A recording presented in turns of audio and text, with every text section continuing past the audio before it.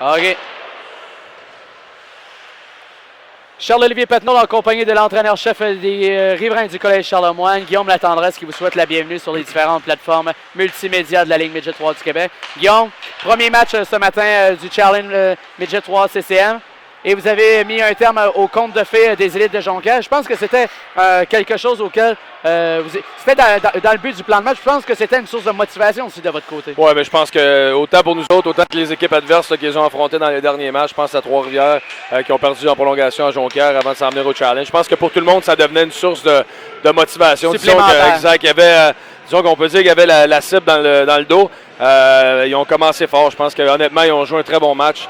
Ça a été un super match pour les deux équipes. Ben, tu me devances parce que même si vous avez remporté cette rencontre, Jonquière a très bien performé sur la patinoire. Et je pense qu'il y a peut-être eu surtout un très bon début de match. Puis à la mi-rencontre, c'est peut-être plus les riverains qui ont réussi à prendre le momentum. Oui, je crois qu'en première période, là, on a sorti un peu flat. Je pense qu'on manquait un peu de jambes.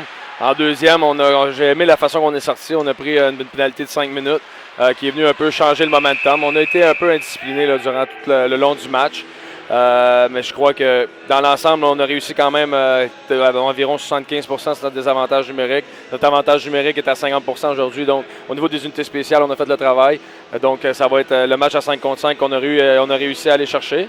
Puis c'est ça, on appelle ça des feel-good wins. C'est pas un championnat qu'on gagne, mais c'est le fun pour l'esprit de corps. Tu me demandes sur ma prochaine question, justement, à quel point ça peut avoir des répercussions à long terme sur votre formation? Ben, tu sais, c'est un couteau à deux tranchants, des victoires comme ça, parce que on a eu un match émotif contre Trois-Rivières hier. On arrive aujourd'hui à un gros match émotif encore. Donc, des fois, là, tu peux avoir justement le niveau monte trop haut, puis à l'âge des gars, là, 15 à 17 ans, tu restes trop haut, puis tu as de la misère à revenir à ce que tu veux faire. Tu es d'accord avec moi que c'est à ce moment-là que toi, tu rentres en ligne de compte dans le scénario? Exact.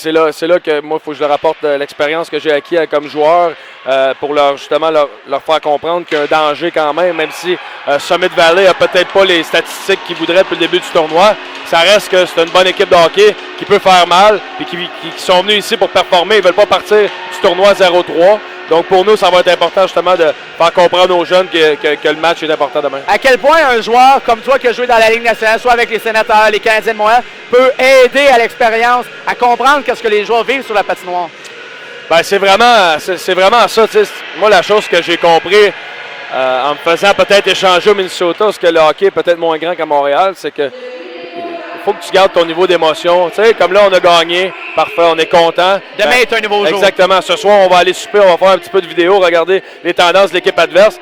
Ben, on reset, on pèse sur le bouton, puis on recommence, puis on se prépare pour l'autre équipe. On va en profiter toute la journée, mais demain, on a un travail à faire. Et là mon analyste, parce que j'ai comme une gageure, là, j'en devais une, là, il voulait que je te pose la question. Est-ce que tu penses que c'est, parce qu'on est à la même hôtel, est-ce que tu penses que c'est le déjeuner ensemble qui a fait que tu as peut-être réussi à remporter la panne? Ben, j'ai regardé dans tes notes, j'ai vu que tu avais une couple de trucs pour nous autres, que c'est comme ça que j'ai pu justement travailler mon plan de match avant.